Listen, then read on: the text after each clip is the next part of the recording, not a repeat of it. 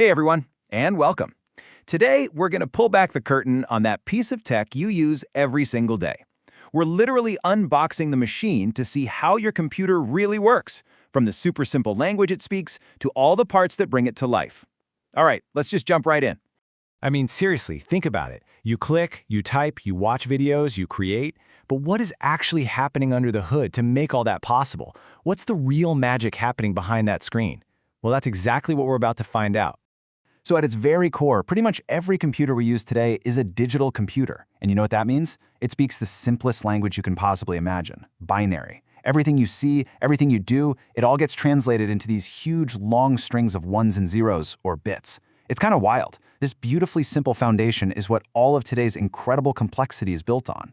Now, just because they all speak binary, that doesn't mean all computers are the same. Not by a long shot. They actually come in this amazing variety of shapes and sizes, and they're all built for totally different jobs.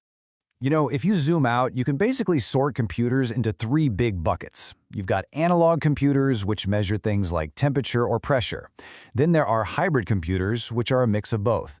But the digital computer, the one that runs on precise numbers, that's the one that has totally changed our world. And, well, that's the one we're going to focus on.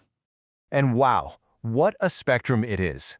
At the very top, you have these room-sized giants called supercomputers, just crunching billions of data points to do things like forecast the weather. A step down from that, you have mainframes.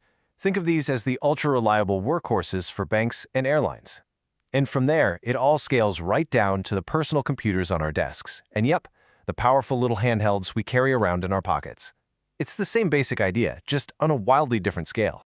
All right, now for the really fun part. Let's crack open the case and see what's actually inside. We're about to meet the core team of components that makes the whole thing tick.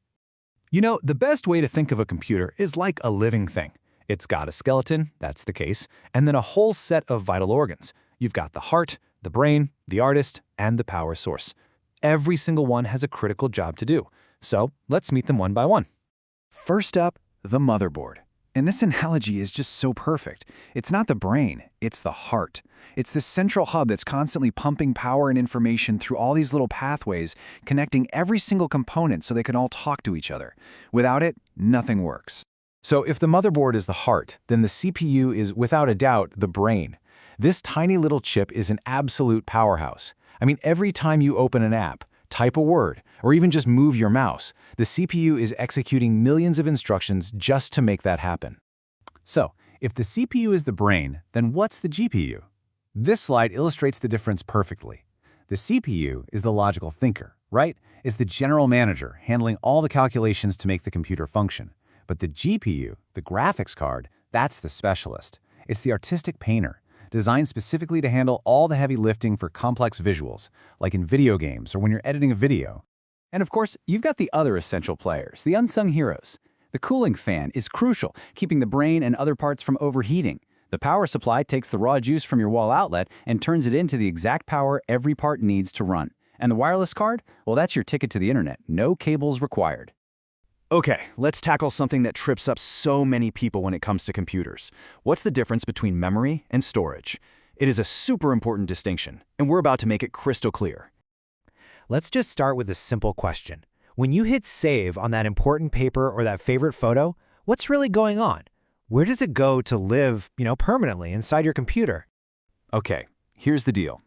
It lives in your permanent storage, which is either a hard drive or a solid-state drive, an SSD. This is where everything is kept for the long haul. RAM, on the other hand, is totally temporary. Think of it as a workspace. It only holds the data that the brain, the CPU, needs to work with right this second. I love this analogy because it just makes everything click. Imagine your hard drive is a giant garage, and it's full of everything you own. If you need one specific tool, it might take a while to find it. But RAM? That's your tool bag. You grab just the tools you need for the job you're doing right now, so they're right there, ready to go. It's all about fast, easy access. So the most important thing to remember is this. RAM is super fast, but it's also temporary. It's short-term memory, and it gets completely wiped clean every single time you turn off your computer. That's why you have to save your work. You're literally moving it from your temporary tool bag back into that permanent garage for safekeeping. So, we've met all the individual players, right? But the real magic, the thing that lets you do anything at all on your computer, is how they all work together.